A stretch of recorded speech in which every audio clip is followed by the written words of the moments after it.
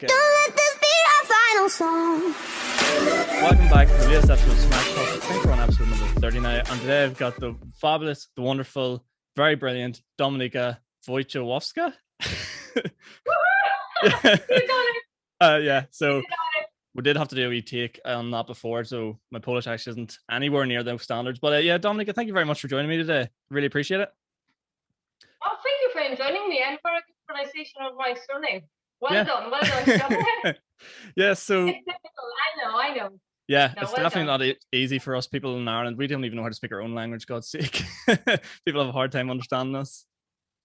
I'm still today, if anybody coming with all the Irish names, Shifra, Onya, Oren, I still don't know how to spell it. I still have a problem how to pronounce it. What to write it down when somebody coming up like, please give me a hug. So, yeah, we definitely don't make it easy. But yeah, Dominic, if you just want to give people a wee small introduction of who you are and what it is you do, probably do it more justice than I will. Like I'm a fitness instructor. That was what I do now. Fitness instructor, Pilates instructor, yoga instructor. I'm actually a full qualified teacher, gymnastic coach. I was gymnast for 16 years, pro gymnast for over 16 years. So all my life is kind of the sport. But at the moment, I all have my own studio and I work in the leisure center. I'm taking classes over there. And I'm working in the gym with you sometimes as well. Look at you. Yeah, and I think you've been a bit modest there. You said you're a gymnast for 16 years. Talk to me a wee bit about the standard of gymnasts you used to do. Oh yeah. I done professional gymnastics for 16 years. Yeah, I was a part of Polish national team. So yeah, quite high level. Yeah, so we've got an elite athlete here today.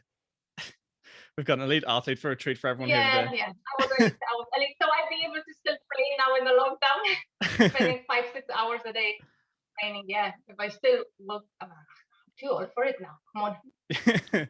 What is the sort of age for gymnastics? When does that stop? Because it is very young, isn't it? Like your peak.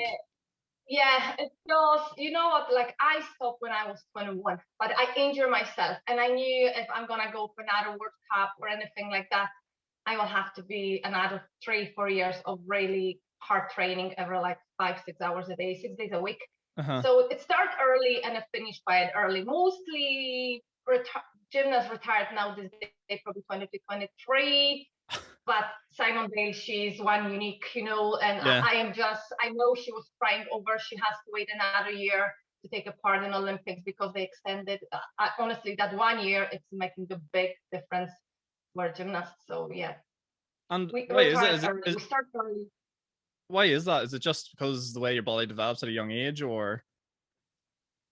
It's just getting harder and harder. The men's actually retired quite later, on later stages. Well, I think it's 24, 25, 26. Some of them, don't get me wrong, they're still competing. And there's one girl 40 and still competing in Olympic level. Yeah, there is one.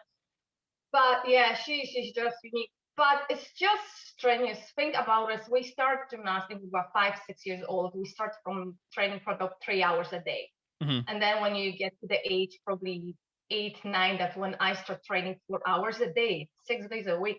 Oh my God. So we got Monday to Friday, and then Saturday usually maybe 2-3 hours. So your body is just exploded a lot. Yeah. And then when you go to the senior level, you train 5-6 hours a day, everything. You spend half of your life on a gym, like more or less, just training. And then it comes to the stage, your body, and you have enough. Kind of it. Even if you love that sport, and I have a loads of passion for it, it's coming the day that you say, okay, there's something else outside the gymnast. Yeah. Okay. So you can probably get stuck in that like tunnel vision of this is your whole world. Like you see a lot of professional athletes when you get them injuries and stuff, and they're absolutely devastated because they've worked their whole lives for this sort of thing. Gymnast falls into that category big time. Exactly. Like, and there's like, funny enough, you said about the injuries. I did not get much injuries myself, and loads of my friends, they don't get. You may have really bad injury, but like gymnasts generally don't have loads of bad injuries. It's like you develop from the early age, like a 5-6. They teach you how to fall. We know how to fall, how to land, and you're not doing elements straight away. You're not doing double top straight away. You start from the single tumble. Yeah. So it's step by step. So Mhm. it's injury. Any professional sport, doesn't matter what is it. Is it a golf? Is it a football? Is it anything? It's always the risk of injury. So the injury is kind of part of the being professional and elite So would you say for in any gymnastics, it's more kind of so sport. you're probably going to get a bigger injury than a small injury because you're always warmed up, you're, constantly stretching, staying flexible, all that there sort of stuff? Or is it, can you get them niggles and stuff like that as well? You'll get the twinge and but no, mostly like even my friends, it's usually bigger injuries. Mhm. Simple as that, like exactly. We do brilliant flexibility training, like as a part of our routine daily. It's flexibility, mobility workout, and conditioning. Imagine we starting the training with an hour conditioning training. That's what we start with. We're not Yeah. leaving that in the end. We start with the hour of conditioning training. So it's a multi-developed sport, kind of engaging whole body. It's not just only one muscle group, engaging whole body. So Mhm. the injuries are not that we small one, like I would say, like maybe muscle pull ligaments. It does happen, but usually it's happen with the maybe bigger injuries that you may be landing wrong and then you maybe fracture the leg. I Yeah. see some dislocation of the elbows that, but usually they're happening with the lack of concentration. And Mhm. that's happened with any kind of sport. Imagine big elements. It's not that you're just running forward and backward. You're doing double talks with 360, and you may just lack of concentration, opening in the wrong time, and that's it. Injuries happen. Yeah. Yeah. Just one split second. That's what you're dealing with over there. That's Like it. Exactly. you've landed on your face. Yeah. Terrible. So talk to me, you mentioned there about like an hour of conditioning training for gymnastics. So you've got another 6 or 5 hours, I think you said, after that. What is involved within like a day's professional gymnast training? Professional gymnast, it's a kind of mix of workout and conditioning. So you're doing all of the jumps, all of the stomach workout, all of the back workout, and they will not be static exercises. They will be mixed static and dynamic exercises. That's what we start before we even go to use any apparatus, beam or vault or anything. So that's how we started with just basic conditioning, like training. Boring, 6 days a week, same stuff. We can mix up, of course, but Yeah. that's what we're doing. Straddle, walking up the line, up and down 5 times. That was the normal on the, you can see probably ladders into the wall. We're just going with the legs up and down 20, 30 times. That's how we started our training, or doing like quick clock. That's the base of the gymnast training, doing maybe 20, 30 pull-ups on the bars. And so that's our conditioning training before you're gonna even go exactly on the beam and maybe practice your new element or things like that, or you even a routine. All right. Okay. So then you've started gymnastics at a young age. You've worked your way up, and then is schools gymnast a big thing as well? Do you have to go to like university and participate as like an elite like athlete or something like that, or how did that work for you then? In Poland, it works a little bit different. Like I was in sports school. My primary school, P1, P2, P3 was combined Mhm. with the school with my sport. So simple as that. Our classroom was above our sports hall. We had just teachers over there. We start at 8 o'clock in the morning. We stay in the school till half 12, 1 o'clock. From 1 o'clock, we do the training. We have a dinner in the school as well, and then we train from 1 to 4, first 3 years. Oh my And God, then right? so that means from age 7 to age 9. And then it's kind of secondary school over here. It's a little bit different education system. Uh-huh. So then we've been moved to different school, but it's still sports school. I was in a sports school which combined gymnastics and handball, Olympic handball. So like I can explain, like with me, and the first year when we started gymnastics, when I was 6, 7 years, six, it was 50 girls starting. And when we finished P3, there was just only 9 left. Oh my God. That's the selection. Yeah. And by the age 14, it was 2. But do you not think that's very intense for, you said you're what, 9 years older, Yeah. and how many hours a day were you doing? 4? Three from 9, 4, 5 hours a day. Yeah. So they've basically already categorized that someone out of this batch of 50 or 60 people, girls, are going to become gymnasts. Yeah. But that's what I'm saying. From that 50, just only 2. Oh my So God. that's the selection. That's it's a hard work. It's a bit of talent. It's a big commitment, but a lot of it is a hard work. It's hard work. It's like, you have those people which they have a talent, but they're not willing to work. But in gymnastics, you have a little bit talent and you have to work. And that's what I said, from 50 girls, with two. Only two. Oh my Competing God. in high level. Yeah. So, But I'm and you know what? Go ahead. Yeah. Yeah. I'm just fascinated by how they've started everyone at such a young age and sort of, try and figure out that this is something that people are going to want to do. I'm just thinking that like the system over here. And when I'm 9, so what age is that? That's like primary 5 maybe or something like that. Yeah, but then that's quite, yeah. Yeah, but there was no real push for any sort of, professional sport or high level, I don't think that was ever in their mind for people. Like, even if you think of like the big sports over here, like Gaelic and soccer and stuff like that, the max you would have done, or hurling, was maybe an hour.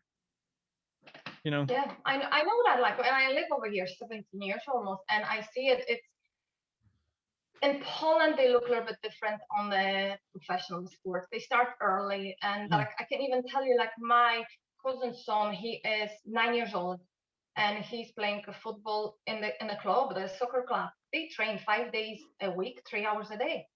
Oh my God, that's unbelievable. Yeah, so that's what I said. And like, you have to then see what is the level of the football here, level in Poland. And the football, I'm not going to say Poland have a brilliant like football team, but they do. They have a good players. Yeah, they produce world-class talent. Yeah, but it's exactly the same stuff with the swimming. I have a friends which they've been in swimming, and they train from 5 o'clock to 8 o'clock, 3 hours in the morning. They go to school, and after school another 2 hours.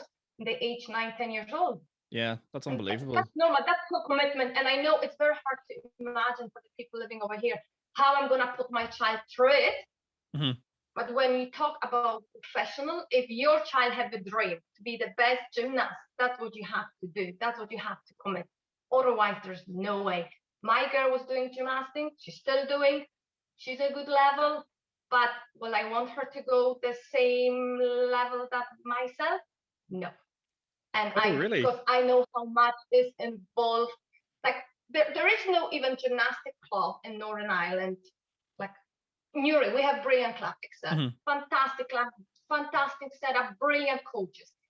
But then if it's coming to certain level, you have to have the best coaches. My coaches with certain level, I have Russian coaches.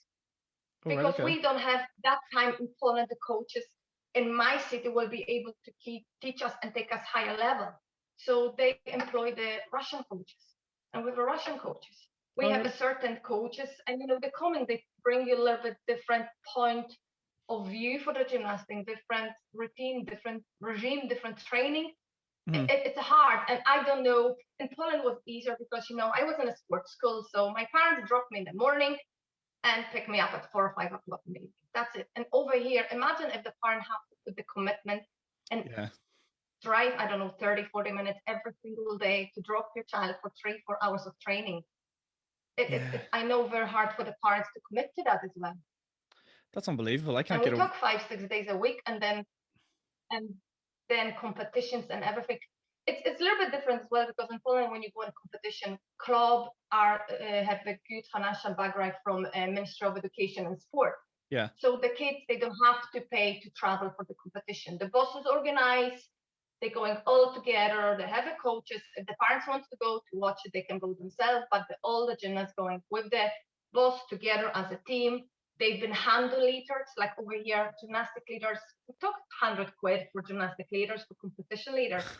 So then in Poland, the clubs, they have the leaders, they handle it to the gymnast. So that's the expenses cut down as well. It's a little bit, it's completely different type of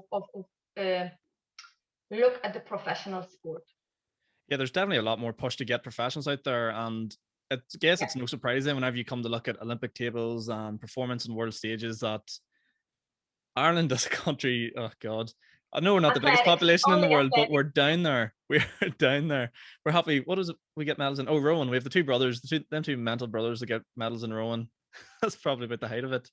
Yeah. But yeah, it's just no surprise that. Go ahead. Athletic on box. That's it. Yeah, that's what is mostly in Ireland when you just watch it on the Olympics. And like my sister, she was professional handball player in the Polish national team. And she's the same. She started in the P1. That's unbelievable. I can't even think. I think when I was in primary school, I don't even know if we even trained for sports for Gaelic even that much. Maybe you did like a half an hour, 45 minute after school, and that's our, that's the pinnacle of our sport over here, I suppose. So I can't believe that. Think about it. Our P1 Poland is 7. So then at that age, you can do, but it's usually mixed. It's a base of to get the preparation kits for the different sport. But gymnastic, it's extreme. It starts very early. All right. Okay. So we lost connection. No, we're okay. The life in Poland as well is sort of fascinating. I remember you told me one time before about the young men in Poland, and is it military service they have to perform as well? It was. I think it's gone already 2 years ago or 3. But it was, yes. If you were 18 and you didn't go to any education, anything, kind of, you have no job, you have no education, even if you have a job, but you didn't get and perform an education, that was compulsory. The army, I think, I don't want to lie, but I don't know, it was a year or year and a half. Yeah, it was very recently. It was something good because it gave I know loads of guys which they had kind of no future. They didn't know what to do. They didn't know what to do in their life, and they went to the army. And they stay in the army. Army provide them with education, they have a job, qualified them. So you can look at it that both way and give them a little bit more discipline as well. It's gone now, I think, I don't want to lie, but good 3, 4, maybe 5 years, maybe even more. But now you can still go and you can still go to the army, of course, if you're willing to, like, it's open. It will accept you straight away. Yeah, if you want to go. But it was compulsory. It was compulsory. That's the only one way you were rid of it was like a medical reason, or you go in the university. Then you just don't have to go to the army. But that used to be. Yeah, I feel like, listen, I honestly feel like I'm living in a country that's in the Stone Age in terms of just getting their young people, professional, even whether it's, education, as you said. If you don't go into education, you have to join the army. So I guess a lot of people turn around and go, you know what, I may as well go to university and try and make myself something because I don't want to be in the army or whatever it is. Like, there's such a push there to get people to be professional, maybe better themselves, and just worked for a better economy, I suppose. Yes, yes and no. Like, I moved over here because simple. When I finished education when I was 23 and I was full qualified fitness professional and sports professional, my wage as a teacher in the school, it was that time 200, not even 180 pounds a month. Really? Okay? So that would be exactly in 2004 when I left university, it was 180 quid being a teacher. Oh my God. So I said, okay, I'm going to travel. I travel around the world a bit as well. So, I just try to make it better. And it's not like you can go university because we have an entry exam for university. So it's not like you decide, okay, I want to go for the medicine and I just go. Or I want to be I don't know, I want to be scientist and then I just go. No, you have entry exam in Poland still. So I know we talk with my friends about a medicine exam to one of the medical university. It was 6,800 applicants and they have just only 320 places for that year. That's it. So it's entry exam. You have to give your LF as well, but on the top of it, you have your entry exam. If you not pass it, that's it. Gone. That's the list. 320. Find your name there. If you're not there, you're not get there. Yeah. I suppose it's sort of similar over here a wee bit. And then the fees for university as well, then, are they free? I'm going to bet you they are. Exactly. Our university is free. You go, if you get into the university, it's free. Of course, you have to pay for your books and things like that, but education is free. But you have to work hard even to stay there because it's nobody going to keep you over there if you not push up yourself and pull up yourself. If you're not going to pass 1, 2 exams, I think there's another 6,000 people, for your for that position, for that place. So then it obviously gets to stage. So everything so far you've told me about Poland sounds absolutely wonderful and amazing. And then, as you said, it all comes down to the bottom line. You get out, you start getting paid, and you're like, screw this. So that's where the travel sort of comes in for you. That's the problem with it. But I know loads of sports people, the top in the Polish national team, myself, my sisters, and then you're going to the uni and I was earning much more money when I was professional gymnast, when my job was just only, okay, good, be good in uni, so you have a scholarship, and then be good at sports, so you have my like scholarship for being a gymnast and compete for a Polish national team, and then you finish it and maybe you stop competing, and then you're going to work and the wall hits you. Yeah. Because, you know, maybe from earning, I can show you that like you may get maybe as a professional gymnast, whatever, scholarship, good money. Like you are still student and you get maybe £400 a month. And then you're gonna go working to school as a teacher. And when I was finished was £180. So I said like, you know what? I may stay another 2-3 years on the union because that's better life than go and actually work. Yeah. That's what it is. And you know what? That's why loads of people after when we just join up the European Union just left. Yeah. Simple as that, because you have you have your qualification, you have something to give to the country, but the money, Yeah, they don't want to give you anything back. Yeah. Yeah. they don't want to give you anything back. That's why loads of people moved from Poland out, and I'm just not meaning Ireland, everywhere. Oh, yeah, everywhere in the Norway, world. Germany, like, you know, all around the world.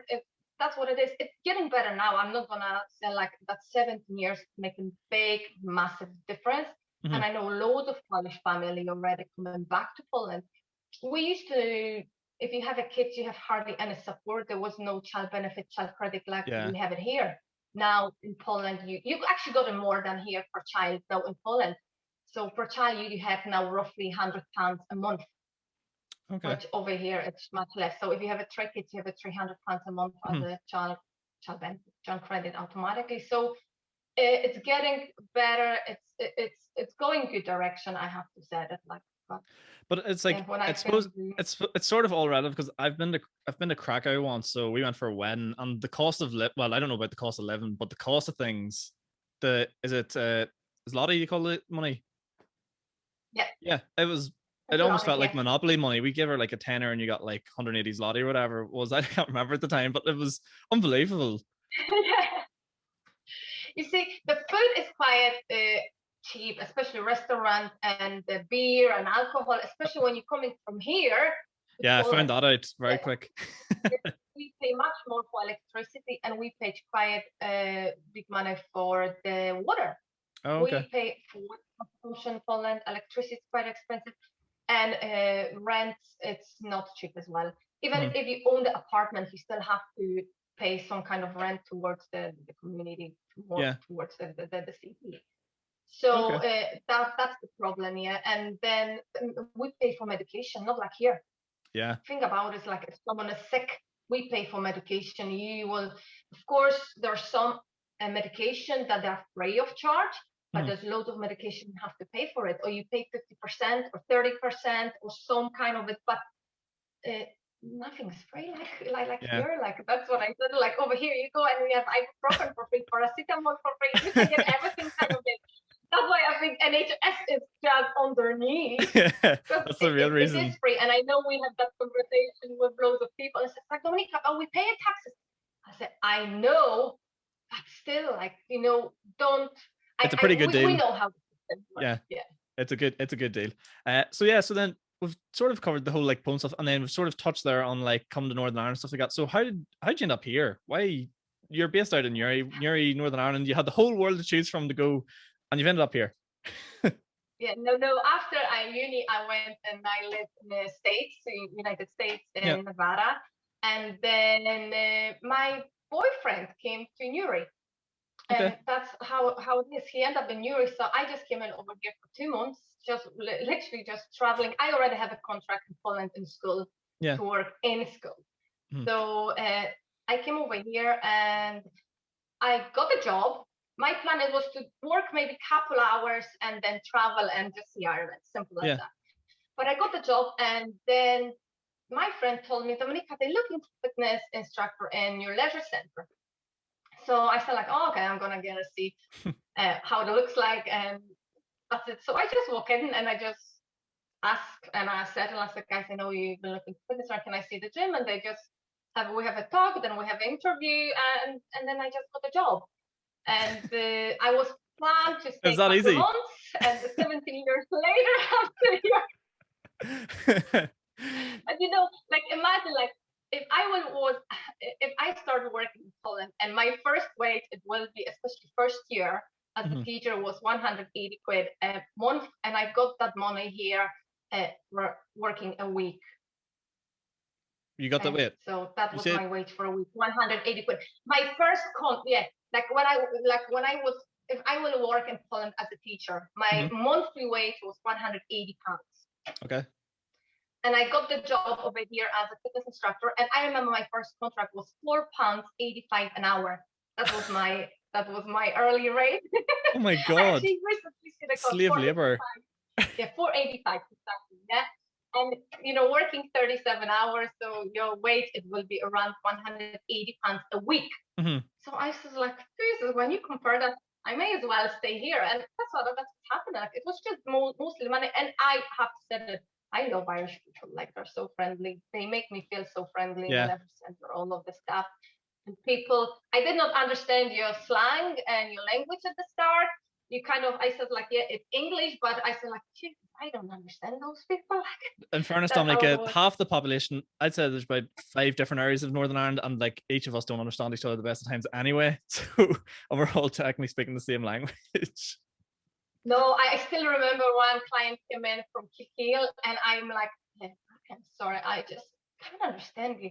And as I worked before in the United States as a cocktail waitress in casinos, so we have loads of training how to deal with drugs and all those things. And I remember nobody even used the word crack in America because crack, it was okay. Oh yeah. That words in the casinos, nah.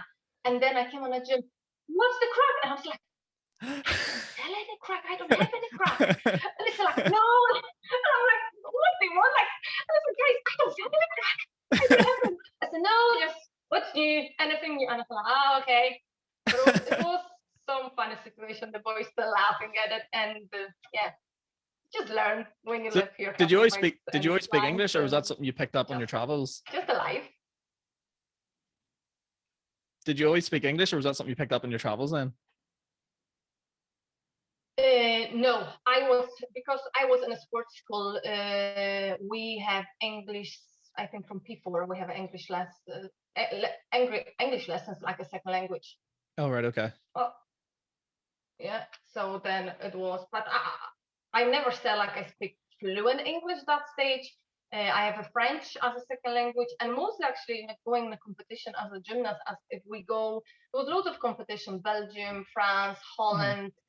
So there was like more French speaking, and like Canadian coming over, so we speak French, but we mostly speak English and Polish language. It's so close to the Russian, so any Eastern Europe, Russian, Ukrainian, they can speak Russian, we can speak Polish, and we kind of meet halfway. If not, you figure it out. Simple as that. If you go on a competition, that's why I always said, like, it doesn't matter if somebody doesn't speak fluent, because I've been travel around gymnasts, nobody really look at your accent that you say something wrong. You just get on with it and you just stitch. But I have to say that I always said to the guys in the leisure center, guys, correct me if I say something wrong. Yeah. So I have a good teachers over there. Tommy Connell always is a brilliant English teacher. Dominika, you have to say it this way, and say, okay. And then because you learn as you go. And when I actually learn actually the most, going to the pub. Oh, really? Just getting the general vibe of places. In the pub, you just actually learn so much from the conversation people when they're loud, slang. And then I remember first couple of times when I went to the pub, and I was like, my goodness, like, I understand half of the stuff. And then they all laughing, and I said, like, I was clicking up after 10 seconds, and then I laugh, and this is like, you didn't get it. I got it 10 seconds after you. You're trying to figure it out and process it in your brain. Yeah, it's not exactly good feel. You shorten loads of stuff. Like, we've been taught in the school proper English. Yeah. How are you today? No, what's up? What's the crack? So you have to just. I had a conversation with Darren, my last guest, and he's from Bestwick out here as well. And he was saying when he went to Belfast, which is only half an hour, 45 minutes up the road, he really, really struggled when he. You're a disaster. Yeah. We caught that on camera. Like a pig. He was saying. You caught it on the camera. Wait a second. I have to take it. You have to clean your mum. You have to clean that up. You have to cut it out. Oh no, I'm not cutting that out. And I always laugh at Alina that she's the piglet. But yeah, as I was saying, so he was telling me, like, when he gets on stage and he talks and stuff like that, he really, really had to concentrate on, you know, slowing down. Even I'm trying to constantly do it now, and it's frustrating for me to not speak at that 90 miles an hour usual Northern Ireland sort of way. But it's just fascinating how, even though there's people speaking my own language, which is obviously Northern Irish version of English, whatever you want to take that as, people still don't understand you. I know. Well, I live in Poland in the area Silesia, so we have completely different slang and different language. So loads of people, if I will start to speak Silesian, won't understand it. It's a completely different language. So but it's the same in Poland. Different area have different slang, so exactly the same situation. Yeah. But Irish, it's specific. Like I have to say that the slang in each area I wouldn't say that Irish people speak fast. Polish people speak fast. I speak fast. Yeah. I have to say it. But you do. You actually do. I do speak very fast. Yeah. But it's frustrating for me when I think of slowing down, because your brain just works at that sort of speed and you're trying to get all the words out. Like we had like for example, like there was a good one, like it was well, what's crack you? I haven't said any sort of broken down word there. I just went, what's crack you? Somehow I've managed to mix in, hello, what is the crack with you? And what's crack you? It makes no sense. Yeah, I know. Even my kids obviously fluent like New York. You will not even. Oh, have this picked up the New York accent? Like, they even lost the Polish accent. Have they got? As long as you make sure they don't get the cure, that's the main one. Yeah, but you know what's funny? I was 2 years or 3 years in Poland and a birthday party, and I met the guy from Scotland. And we start talking, chatting, and half of our friends, they speak fluent English. And my teacher, my friend, she's the English teacher. She owned the school. I said, like, I don't understand half of the stuff you were talking. And then he actually says to me, Dominika, you must live in Northern Ireland. You have Northern Ireland accent. I said, is it? I said, yeah. And I said, like, oh my God, it's like, you know. You look disgusted. Like, I don't think so. I may pick up, but my Polish accent is still quite strong, even being here 17 years. Yeah. No, yeah, okay. Because I have a cousin as well, and she speaks Polish, and then whenever she talks in English, she talks perfect Nuri lingo. Like, she just sounds like she's from here. It's unbelievable. I've never seen anything like it ever. There's no hint of anything. Because my girlfriend met her for the first time at her wedding, and she was like, has she lived in Poland at all? Has she lived in Europe her whole life? And she spent the majority of her life in Poland, but because she learned English here, the twang is you're not going to miss it. It's just I know my kids are the same one. So talk to me a wee bit more about, we said we want to talk a wee bit more about life in Ireland and Irish people. Like, obviously the Irish people, I think the Irish people and the Polish people have a good rapport now. I think there was a while where there was, you know, a small bunch of very ignorant people maybe, but I think now there's a really good, healthy bond and relationship there. How do you feel it's going at the minute? Or what do you see any of that, like, sort of old school mentality still? You know, no, I don't think so. And I would say actually that older generation welcome us more than the younger generation in Ireland. I have to say it, like, and I think it's just to do with it that a lot of Irish people travel abroad as well to Australia, United States, so they know they maybe kind of feel in our shoes, like. And I remember when I just came here and everybody was so helpful, and they always said, Dominika, you know, if my daughter ever gonna live in a different country, I will act if somebody treats you the way I am treating you. So it was kind of that way. No, I think we have a brilliant, but you know, when you decide to live in a different country, you have to take on board that different things may happen. Not everybody gonna like you. Not everybody gonna be friendly, and it's something that you have to take on board. And I totally understand it. Yeah. But I have to know Irish people are really, really friendly. Like I couldn't say about what of course there was a couple of situations, but you can get it everywhere. Like it doesn't matter what nationality you are.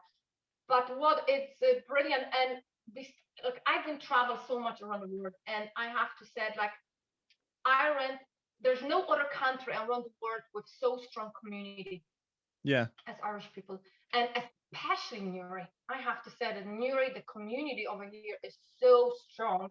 I probably people in Newry don't realize that, but it is.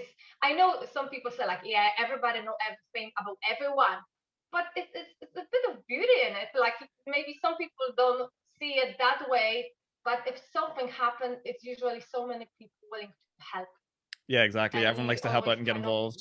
You are not on your own. So I have to that community is brilliant, and I really like it in Ireland. I wish in Poland and the countryside, some of them they still will be that strong community, but it's kind of ease year by year. But over here, it's still so strong. People will meet you at the street, stop you to have a time to chat. It's really it's lovely. Yeah, it is. It's definitely a lot slower paced over here, I think, compared to any countries I've been in anyway, because you go to most countries, and I always think it has something to do with the almost like the way the country's been built and like infrastructure. Like our biggest city in Northern Ireland is Belfast, which, let's be honest, is not a city. You can drive through it in 20 minutes. Not a brilliant capital city. So yeah, I suppose you always have, everyone knows everyone because there's not that many people. Maybe that plays into the part of it.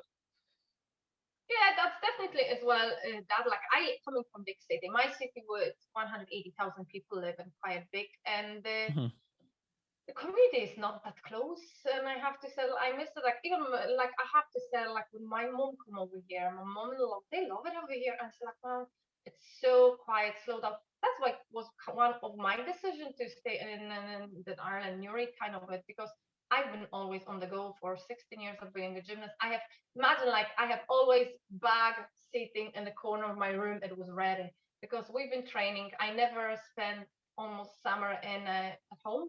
Yeah, we've been always going sports camp, 2 weeks conditioning sports camp, 6 weeks the normal sports camp between the competitions. So for me, it was kind of hey, take a breath, settle down, just relax. So do it was you know like that take a breath just reminded me of there, as just as you said, take a breath there, that sounded like the most yoga instructor, Pilates instructor, take a breath ever. So that's probably a good segue. You're now doing Pilates and yoga as sort of your niche maybe in fitness you focus on. Yeah, but it was like when I was younger, I just want to go to jumpy classes, sweaty classes that you burn loads of calories. I always do my gymnastics on the back, so I always find the time to deliver my gymnastics, my stretches. But I have a bad injury, really bad back injury. So it was time. I got my qualification for Pilates, fun enough, in 2007, and I didn't start teaching till really 2015, I think. 16 actually, yeah. And then I said like, okay, my back will not handle any more jumpy classes. It's time to just slow down a little bit because there's certain things I can do, certain things I can't. So yeah, Pilates, yoga, flexibility, mobility workout. It's just, and we just see it everyone day by day. What we need the movement. Movement is a medicine.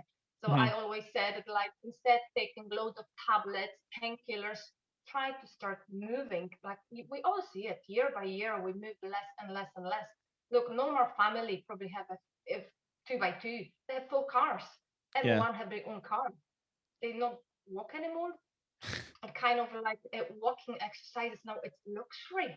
Like, yeah, it's like it's like a same thing to be doing. Yeah, and it's like we are now trying to encourage people to doing 10,000 steps a day. Yeah, because you've been incredibly busy. I've seen like, I think I'm probably not doing myself any justice here by saying like not being sure on this, but it's been like International Women's Day. I think there was on Monday, so today is Thursday. I'm recording this, and honestly, Dominika, I don't think we could have got a more empowering woman on for a lot of people listening today, because during the pandemic, you've started really your own business. You've launched classes with very limited like technical support, I believe, as well. And you seem to be obviously flying. Like you've jumped into like Instagram as well, and you're on here with me now. So like, talk to me a wee bit about through like the start of that. So let's go back to the start of, is it Me Time Studio? So the Me Time Studio project that you started. Me Time Studio, and guys, that's me. No technical person whatsoever. But until the April, I did not even have Instagram, and you know that. Yeah, I told you. I was like, Dominika, you need to get on Instagram. Yeah, that was like oh my goodness, Instagram, I'm just hardly handling the Facebook. And it was literally my phone. It was just phone calls, text message. Yeah. But then the pandemic came in, and a lot of clients, my clients, asking me, Dominika, can you do something for us? And that's how it started. So we started Zoom classes. No, first we start with the video, but it's taking ages. I have a GoPro, so my husband's good with technique stuff, so he showed me how to use the GoPro. But it took me two and a half hours to edit it first video, 15 minutes per video. It's not as easy as we make it look. Time consumption, and then it was the time that YouTube was so busy. It took almost 3 hours to load that video on the YouTube, and I thought, Jesus, we can't go like that. So then we just start doing the Zoom classes, and we've done them up to the really, I think September, up to September. We've been doing them for free completely. So we have loads of girls joining up. It was brilliant because it's not just only physical health, but also the mental health. And if we still have stay in touch after the classes, some of the girls, they have, I'm gonna give my barbecue, my husband get my drink ready, and say, yes, there you go, enjoy your life. Yeah. So that's how it started. And then we get the offer. No, in our pandemic, I got the offer as well to take a part in the fitness convention in Poland. So I was doing the fitness convention online for actually exercises for seniors and over 50s, because it's so popular over here. That's the brilliant thing, I have to say, in Northern Ireland. We look after our elderly people and older community as well. So, and then we've been offered to join up the kind of maybe team. The guy had a studio and offer us a studio. Yeah. And me and Alina, we just jump up. We just use opportunity. If it shows up, we just use it. So we opened the studio. We've been open 6 weeks, and then the lockdown commenced. 6 weeks, that was it. But it was brilliant because all of the girls come back. Yeah, 6 weeks exactly. So it's like everybody, and I know loads of people say like, oh, my business is closed, my business is closed. Guys, we've been open 6 weeks. And we are closed. But we're still online. We stay in Zoom. We stay in touch. We have a brilliant numbers. We're doing free classes on Monday evening if anybody wants to join up Pilates. Yeah, I never sit in a place. I always try to, nothing's happening because you're sitting in a house and doing nothing. We can sit in a house and moan and complain about everything, but it's not constructive. It's not going to change your life. So if an opportunity shows up, don't be afraid to take that step. And just do it. Even if it's going to be step by step, sometimes you have to make a step back. But as long as you're going, trying something. So like, there's anyone listening to this and you've been wanting to get in Pilates or getting into anything like that, you have no excuse now. Monday evenings, a free class waiting for you, ready to go. Yeah, waiting for you. We're going to do that class until I'll be back to work. So we don't know when the back. Monday evening is my hours at work. It's a free class on Me Time Studio, 7 o'clock. It's 30 minutes, very basic, very gently, as simple. I can't control you, and I don't want anybody to get injured in the classes. So it's really, really simple. It's more or less movement, mobility, flexibility, and especially if loads of us working in an office, that will help your back. It aches and pains in the shoulders. So because there's a lot of people that aren't even leaving the houses these days, like if they're working from home and stuff like that there. So definitely on your Monday nights, make it a priority, get in some Pilates. I might even drop in there some week, who knows. I don't know if anyone wants to do that. But yeah, so loads of things happen, and that's what I said. Like I never use Instagram or Facebook, and I open it, and it's just opening a new opportunity for me. Like the 10th of April, guys, I can invite you now. I've been invited to take a part in the International Fitness Convention for Fitness Ireland. So brilliant. Fitness, one of the best now fitness school in Ireland. So we're doing 4 days fitness convention. So and it's mixed. It's not just about the Pilates. It's about the fitness, yoga, mountain running, rehabilitation, diet. So mix up, and it's not for professional only. There's loads of just normal people that just want to learn a little bit more, want to just do a little bit more classes, educate themselves. So just, if you want more information, you can contact Sean or me. Yeah. And he will contact and send the details to me so I can give you some more information. Yeah, because a lot of people have a hard time. You always hear, probably the biggest one we ever hear in the gym is like, I just don't know where to start. Take it from us. This is your place to start. if you're going to start, you may as Yeah. well start here. Yeah, that's true. But look, Sean, you started the same year and a half, and now look, Yeah, how well are you exactly. doing? Yeah, I'm a You're just celebrity sitting in now. a I'm a house doing celebrity, nothing in a Shermie, and all lockdown. sorts. It's crazy. Yeah, exactly. You're a celebrity. That's what I'm saying. Me and my best friend Gals from Geordie It's Shore brilliant. now. Like, but look, you do what you love to. Yeah, that's it. I've always Yeah. just thought, like, especially when you're young as well, like at any age, maybe, like, just give something a go. What's the worst that can happen? Like, I'm sitting here, I work away at my degree and stuff like that. Worst case scenario, I look back and go, you know what, I'll do something with my degree. And that's a worst case scenario. So that's a pretty good situation in my eyes to be in. Might as well try something. Yeah, and look, that's what I say. You have nothing to lose, and that's what I always say. Loads of people are afraid, and I know loads of mommies in the house because I try to encourage moms because they sit in the house and they think like, oh my goodness, I have nothing to go, nothing to do. If you have any idea or anything, just move on. Just believe yourself. I'm very lucky. My husband believes for any project I'm doing. I am just mentioning to him, say like, okay, just do it. Like you have my full support. And I said, but I need more hands from you to look after the kids. No worries, I will do it. Mm-hmm. So that's brilliant. guys, it's just especially women. It's like don't be afraid. The same. I know these days I know loads of boys have kind of nowhere to go, young ones, and and I know it's frustrating because they're sitting in a house. But if you have any idea that you would like to do something, or just concentrate on it and make up the business in your head. There are some organizations will help you to make a business and will help you to do maybe your dream comes true. So don't be afraid to make that step. And I know loads of people will think, oh, everybody gonna take piss of me, like, oh, silly, this. Don't think about it, what the people are gonna say, because there will be always people saying different things, and it's just a life. There will be always haters somewhere there, so don't look at it. Yeah, you'll always have haters. I always there's a good guy I listen to on YouTube and stuff, Gary V, and he talks about like how never like because obviously a big thing you can get consumed in whenever you start doing social media stuff is your views. That's a big thing, and your following stuff. Because it's completely subjective. Some guy asked him one time saying, "What's better to do? Should I put out less high quality content or just lots of content?" And his answer was simple. He just goes, "It's completely subjective. Who's the person saying your content's good or not good? For example, like who's the person saying this podcast isn't good? Who's the person saying that your Pilates classes aren't good?" Which obviously no one would say. But you get my point. Like, keep doing lots of what you're doing. You're going to find the people. There's billions of people in this world. You're going to find the ones that enjoy what you're putting out there, really. Yeah. And I talk about this so much, but like, you imagine of someone that's super talented that maybe is afraid of trying to push something, like you said, like mums or whatever, like even if it's something like singing, you imagine if like Adele, for example, had decided, oh no, I'm being embarrassed to put a video out there of me singing online. Yeah. You just robbed the world of pure talent.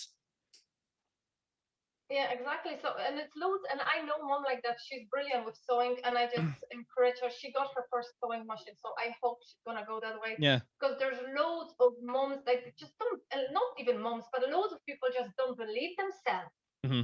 So just, and I know it's very hard to maybe believe yourself if somebody always telling you you're not good enough, you're not doing well, you would, but it's just if you make that first small step, and then that step gonna be a mile. Yeah. Yeah, you always look back. I always like to look back at a year at a time, see where I've been due from last year, really. And guarantee if you start whatever project you're thinking of doing or in the back of your head, in a year's time, you look back and be like, I'm so glad I did that. I'd almost guarantee it with every single person out there. Yeah, no, definitely. Loads like I've been not even thinking to open my own studio. It's just opportunity come up, and I'm like, oh my goodness, we're gonna do it. We're not gonna do it. Yeah. Oh, come on, we're gonna do it. We have nothing to lose. And then 6 weeks. But we did nothing to lose. So we're still clients with us, which is great. And finally, the pandemic will be over. Okay, it will end. One day we finally come back. It's not gonna be forever. Mm-hmm. So if you have something to just an idea, just go for it. Yeah. So see, Dominic, with your Pilates classes and stuff like that, and you do yoga as well, people really ask me, like, what is the breakdown Pilates and yoga? Like, what is there a really big difference between the two, or what's involved with one class compared to the other class? Like, that was a big question I was getting. Yeah, it is a big difference. Pilates will be more engaging as well. Not just, the breathing is a little bit different, completely different Pilates and yoga. And Pilates, it will be, if I can just give you that simple explanation, it will be more for strength. You're looking for core strength, lower back strength, mobility, engaging deep muscles in your body. Yoga, it's generally more for flexibility and stretches. There would like, in Pilates, we will not be holding poses for 2-3 minutes. It's more about the movement. Okay. And the yoga will be more static. There is flow yoga as well, but the yoga will be more flexibility and then stretching, and then Pilates more mobility. Okay. Like the joint can stretch, like we have a stretches and mobility. So mobility and movement, it's how far you can move with the arm. Okay, so that's your movement, for example. Yeah. And then if you want to stretch, so you stretch your leg. So it's a one single move, but if I can explain it that way, if somebody understands this way. No, but I think there is a difference. It's a different breathing as well in the yoga and Pilates. Yoga will be more stretching, maybe go this way, and then Pilates will be more also the core strength, and then helping a lot with the lower back and the shoulders, but both of them. And the main thing in yoga is very much connected with meditation, with your breathing, relaxation, meditation, which Pilates doesn't have that meditation background from India. Oh, right, okay. And then talk to me, someone wanted to know about the trapeze classes you're doing. If you haven't seen these, you just need to go onto Dominika's page and look at these. Talk to me a bit more about the trapeze class you do as well. Trapeze class, you know what? It was like trapeze class, as simple as that. It's a brilliant tool to use in a class. And because I know I have loads of people say, Dominika, it's yoga for me, it's a little bit boring. And I say, okay, so come, I'm gonna try yoga trapeze. I start yoga trapeze myself for my back, okay, because it's a little bit traction inversion training. And when I done the training, it does help my back. I still doing yoga trapeze in the house. I have a beam, so I'm hanging up over there. So I have to, maybe I have to do some video and put it on it so in the house.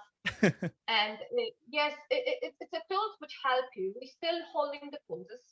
We are upside down as well. And I know some people are afraid, oh my goodness, no, I'm gonna fall. Guys, it's not like you jumping on the trapeze and straight away we're doing all of the poses upside down, banana mama and those kind of things. We're going step by step, like anything in your life, we teach step by step.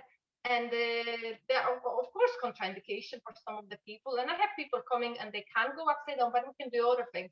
It's a good fun, and it's a good relaxation as well. And then it's good. It's a good fun, and I think it's brilliant that people coming, completely different people in group. I will have 16 years old, or maybe 67, I think, my eldest, and they all work completely different level, but they both enjoy it. That's the main thing. Oh my god! So it's because when I first saw it, I thought it was like Cirque du Soleil or something like that. Like people like going to be swinging from like the curtains like off the roof and stuff like that. I was like, this is going to be someone's going to get hurt.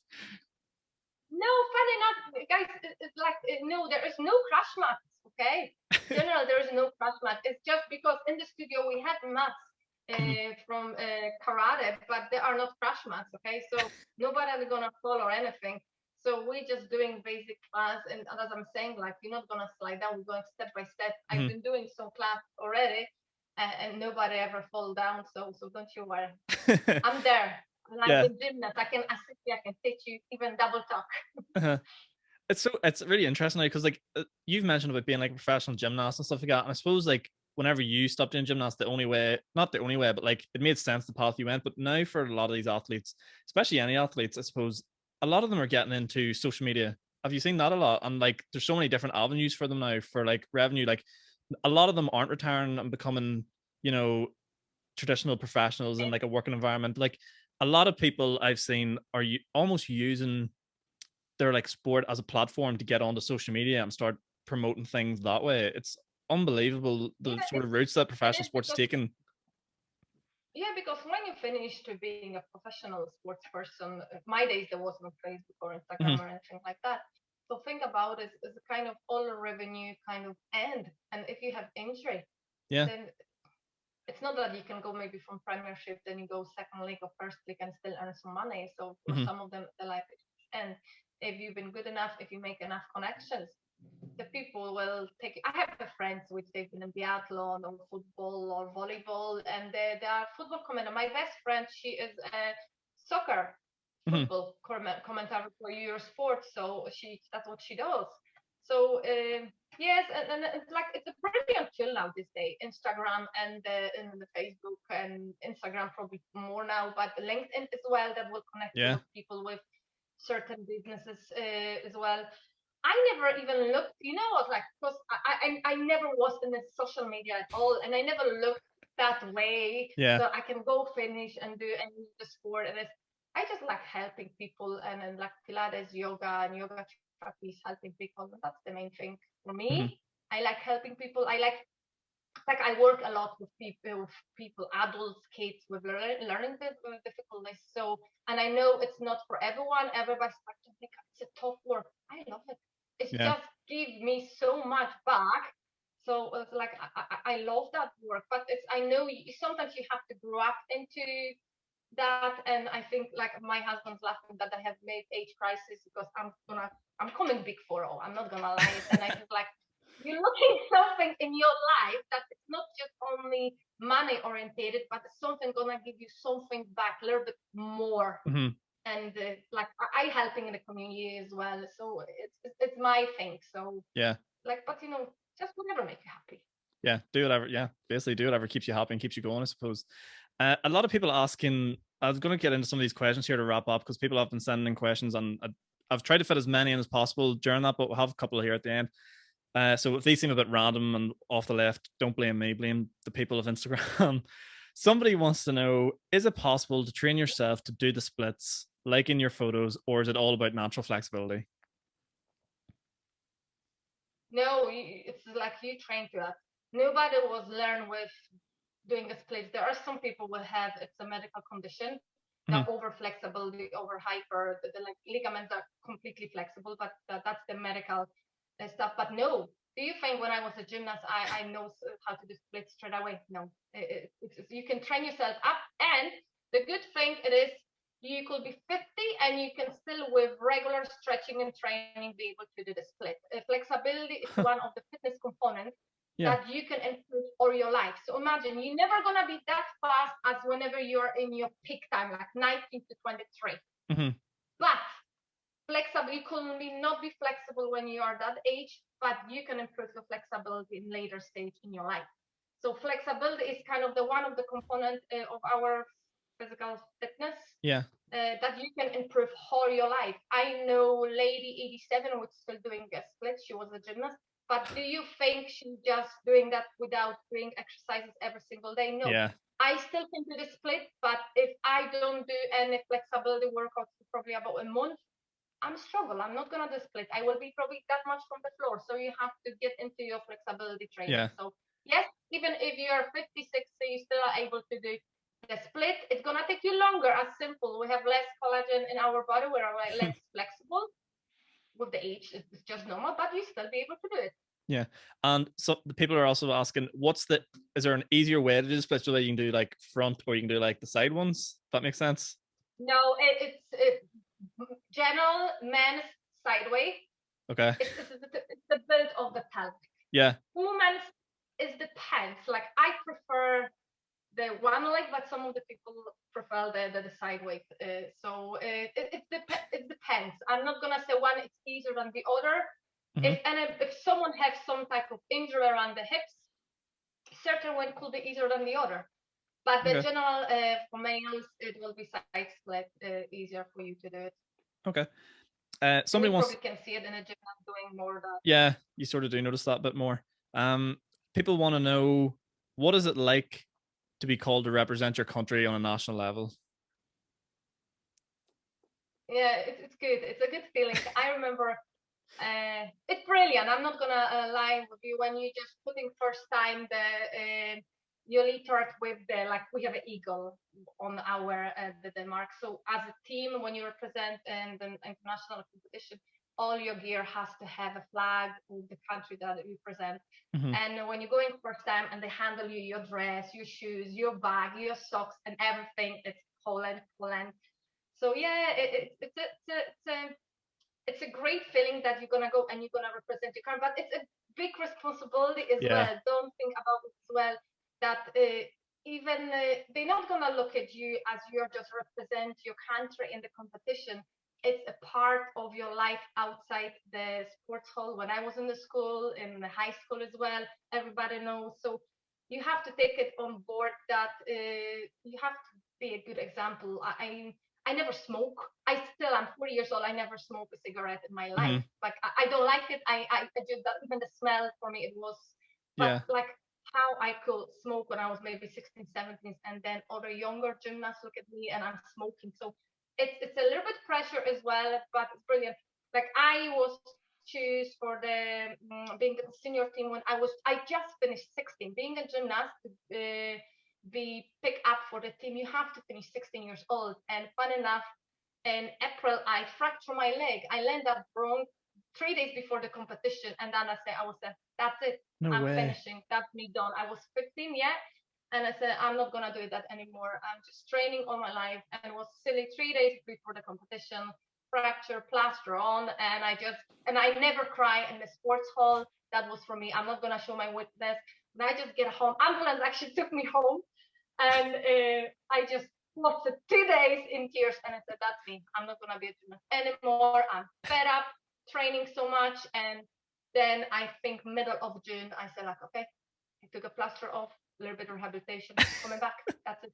Your main concern when you broke your leg was I don't want to cry. And I just both my ass really trained for 6 weeks. And then I was just in August, I was 16, and my coach says to me, okay, September competition, I'm gonna put you in the senior team. And I qualified for my first Europe Championship. So it's not a couple months later. Just casual conversation with your coach going, you're going to the national team. It's not like the movies, you get the letter and you start breaking down crying in the house. Just, yeah, you're going. That's it. As simple as that. That was like I said with my mom, good enough. My parents were very supporting, and my parents never pushed me. So it's your decision. And then I said, okay. So I was 6 weeks of the really tough camp, and then the competition happened, and then I was picked up for team. And I remember my first competition was in Holland in Eindhoven. So it's nice to represent the country. It doesn't matter if it's the highest level or the lowest level, but when you represent your country on anything, it's a kind of achievement and the privilege as well. Okay, that's class. Someone else wants to know, I thought this was actually a brilliant question. Someone wanted to know, what would a dad of a young gymnast look like? Okay. It's a tough. I don't want to talk much about it, as I know loads of people will take it completely different. Okay, being a gymnast, you are all your life on diet. Okay, that's what it is. That's what being gymnastic is. It's a part of your life. And when I was younger, I did not have that problem because I was always skinny and very, very slim. When I came 13, 14 years old, period, and all of it, of course, you're putting on weight, and then that's the problem starts because you're getting off balance on the beam or anything. Your balance change. It's getting harder, so you have to control your diet a lot. Especially imagine if you put even 2-3 pounds of the weight, your wrists start getting sore. Yeah, they adapt and everything. So it's a pressure on your joints. So yes, as a gymnast, most of your life they're on diets, and at these days, gymnasts you're probably gonna see it. They change a lot. They're more muscular. The all elements are more dynamic. You have really good strength. So there's not that many really skinny, slim gymnasts, and it's less pressure on diets these days. And I know that I still have friends which they compete and friends which they are coaches. So we talk a lot about it.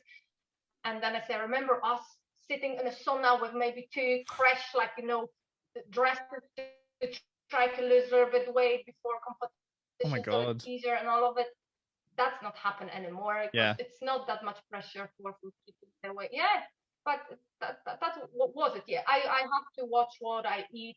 Then when I was doing the tumblings and when I was national team in tumbling, it wasn't less pressure for the weight. I don't have to really look after my weight that much.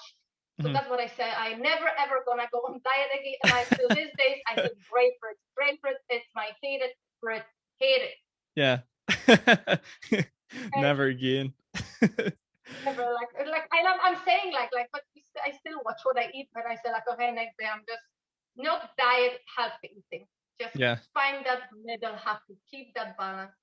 If you eat unhealthy at the weekend, eat healthy during the week. It's just keep that middle. That's really interesting to say that. We've talked about this before, I think, in the gym and things.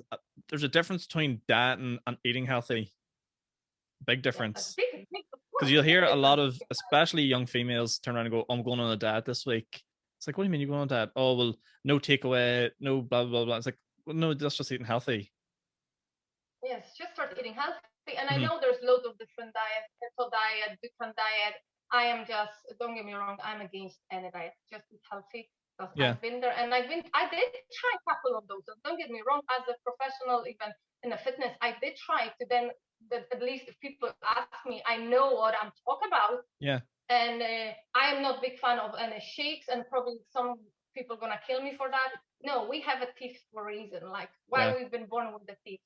We have a teeth for the reason. I understand if shake replace some of the meal, but having a shake diet doesn't teach you anything. Doesn't teach you proper way of eating, cooking, preparing your food. Yeah. So it's, and this day really like 70% it's our food and 30% of your workout. So if you're killing yourself on the gym for an hour or 2 hours every day, but you don't follow with healthy eating, it's not going to give you the results that you are looking for. So balance it out, and then doesn't matter what age you are, just healthy eating. And it's a lot to do with from parents, and I have 2 kids, so I know how hard it is to eat healthy in the house. And me being a mom, which put loads of weight on my pregnancy. Yeah, I seen that on your Facebook post. I think you said you put on weight during your pregnancy. Was that right? I put 6 tons over the pregnancy, and I'm not afraid to admit it. I was almost 100K. And I know loads of moms coming and joining the gym maybe when they're 3-4 months pregnant, because, and the reason when I'm asking Alexa, why are you joining the gym now when you are 3-4 months pregnant? I don't want to put on weight. It's like you're gonna put your weight, doesn't matter if you're pregnant, you're gonna put the weight. It's not happening that, and your body, my opinion, doesn't matter what you're gonna do, your body gonna put as much weight as your body needed. With my first pregnancy, I was taking the classes up to 8 months, and I put 5 stone. With the second class, second pregnancy, I put 6 stone. Did I lose it after? Yes. Was it hard? Yeah. It wasn't easy. Of course, it's never easy to lose weight, especially coming from like almost 100K to like I'm waiting about 10 stone something, 10 like 60K, 911, 912, 10 stone roughly. So it is hard to lose it. Even 2 pounds to lose for some of the people, it's hard. So I always said to mom, please just, it's a time for you, for your baby. Keep walking, be active, do what you can do. Don't start to do crazy classes when you're pregnant, because if you never try those classes before you've been pregnant, you never know how your body gonna adapt and how your body gonna feel. So then just do the stuff that you've been doing and just keep good diet, and that's it. Because I had moms, and I have to say that, which decide to go for crazy workout when they're 3, 4, 5 months pregnant. Do your gently exercises and then just enjoy that. As we said earlier, walking's become like a glamorous exercise now. Just go out for your walk, do your wee bits. You don't need to go crazy. Yes, exactly. Yeah. Okay, so we'll finish. I'm going to do 2 more questions here because there's one more. So someone wants to know actually what makes a good Pilates instructor. I suppose that's a bit of a broad term, but what does a good Pilates instructor do for you? First of all, it's like this day you probably see a lot of Pilates instructors doing online training for 1 week, and they're fully qualified Pilates instructors. Okay, so simple as that.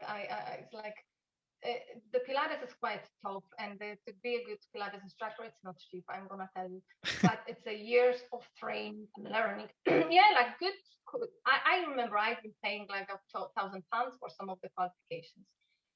You have to commit and you have to learn a lot. Okay, like I know I see loads of instructors that maybe finish the qualification and they say, that's it, I know everything, I don't have to do any more courses, I know everything. I'll be honest with you, with the lockdown, I was quite happy at the start because I had the time to catch up all my trainings. I was able to read some publications. taking part in loads of fitness convention. I constantly taking a part in fitness conventions. There are loads of top class Pilates coaches, Michael King, Alan Hardman. That's the top. Alan Hardman's the top. Like, he was taught by teachers of Joseph Pilates himself. So yes, you have to read, learn, commit, and it's constant, and it's never enough because our body changes. So imagine, like, one day there will be person coming with the knee problem, next day someone will come with the hip problem, another day someone come with the shoulder problem. Exactly. Then will be the lady coming after having just a baby, or will be the lady coming with just maybe 4 or 5 months pregnant. Your body changed throughout your life, so you're never gonna learn everything about the Pilates because your body changed. Even my body changed, and I have to adopt some of exercises because my back injury, there's some exercises that are not great for me, and my back never said, oh, it's okay.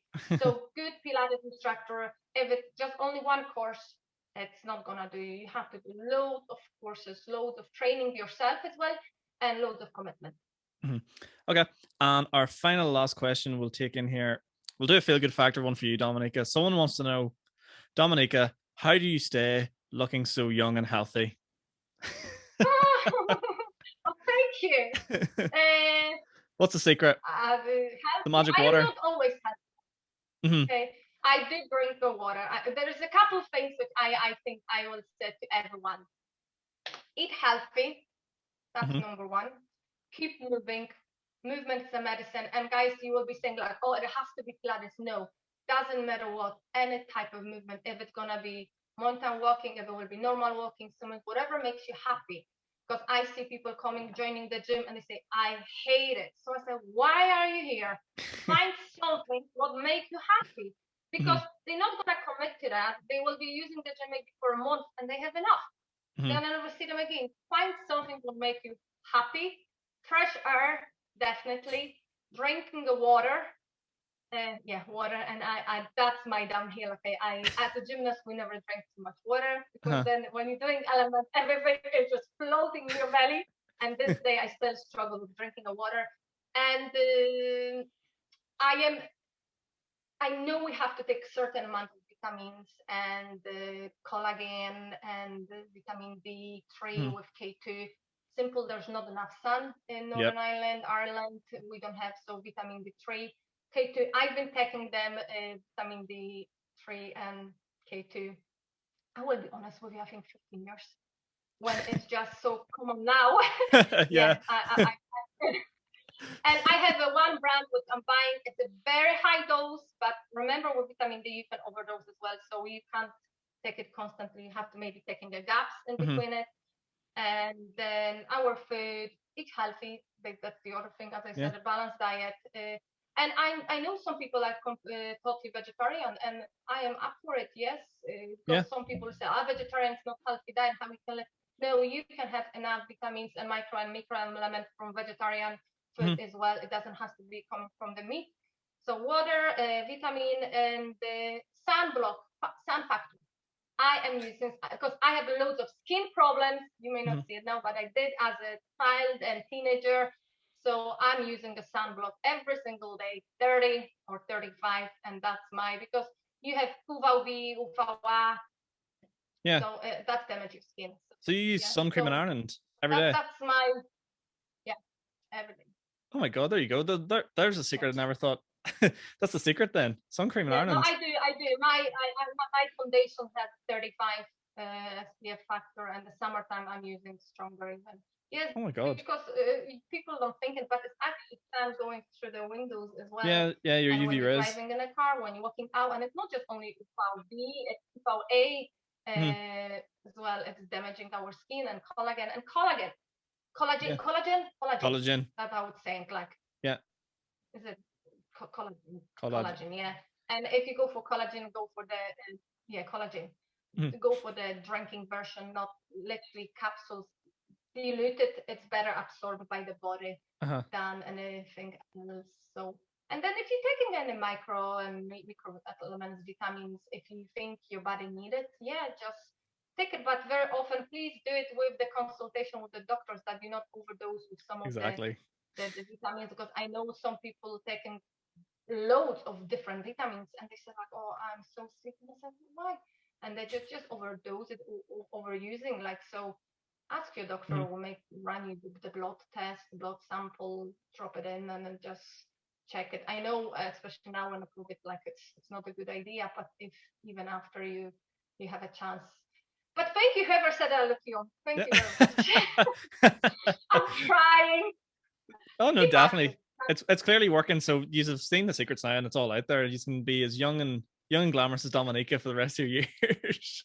But Dominika, I think that's going to do us. I think we've covered pretty much everything there. Just want to thank you so much for taking the time to talk to us. This has been honestly, and I don't say this every episode, this has been honestly one of my favorites. You're an absolute laugh. Yeah, the stuff in Poland as well. I just find that absolutely fascinating, the different way of life as well, and like your general knowledge on fitness as well is brilliant, because as you said, you haven't talked about anything you haven't experienced here.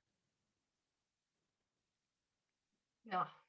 Everything's personal. It's not I've done a course and now I'm brilliant at it. Everything's come from personal experience. And I always thought it was just as simple as, I was a gymnast, so the next logical step means yoga or Pilates, but it's the actual care for people and actually making sure that they feel better, which is a fantastic thing to have. And it's brilliant to hear that you actually enjoy doing it so much. Yeah, you have to, if you're not enjoying what you're doing, you're never gonna be good at this. So exactly. Like I always promise myself, if I'm gonna do something, I'm gonna do it because I like it. If I stop liking Pilates and yoga, then I'm gonna quit it. Yeah. And that's simple as that. Yeah. Exactly. But I still love it, and it's my passion. So my work is my passion as well. So and I wish everyone will be the same way. And I hope you all get your dream comes true, and you just find that thing that makes you happy. I'm gonna cry over here, Dominika. That's beautiful. Beautiful. Oh my God. And then guys, don't be tough for you, because Irish population, like I love you, like the Irish people are brilliant. Like, and I know sometimes you complain about, especially Irish complain about Irish. Yeah. Like, we the same complaint, but the Irish, like for me coming from different country, Ireland, first of all, it's beautiful, and the people are so nice and so good, with big hearts, with that community, strong like connection, which is great over here. Yeah. You won't get it anywhere else. No, definitely not. Definitely not. Do you want to plug your Instagrams and like your classes and stuff there just before you go? So let us know when you're next live for free or when your classes are. Next live, yeah, I'm gonna post it. It's on Instagram on Me Time Studio in Newry, and on the Facebook Me Time. So guys, we're doing Monday evening at 7:00. It's a Pilates, 30 minutes Pilates, flexibility. I mix it with flexibility and mobility workout because that's what we needed. And then we're doing the classes as well through the Zoom. If anybody wants to join up, we have loads of classes. We mix cardio, yoga, Pilates, so everybody will find something for themselves. And that's it. Whenever we're back in the studio, I hope, I think the first day it was, I said maybe 17th of May, but I don't get my hopes up. I don't look anymore. We will be back, exactly. So guys, yeah, I will welcome everyone on the yoga trapeze, whoever wants to try it, to hang up a little bit upside down, like a Cirque du Soleil, like one client sitting like a monkey in the zoo. Yeah, you will be very welcome. It's a good fun, so I will welcome you over there. Okay, brilliant. Thanks again. Yeah, thanks again, Dominika. If you haven't enjoyed this episode, please leave a like. Let us know what you thought. Go follow Dominika, follow me if you haven't already, and I'll see you all again in the next episode of Smac Talk. Thanks, guys.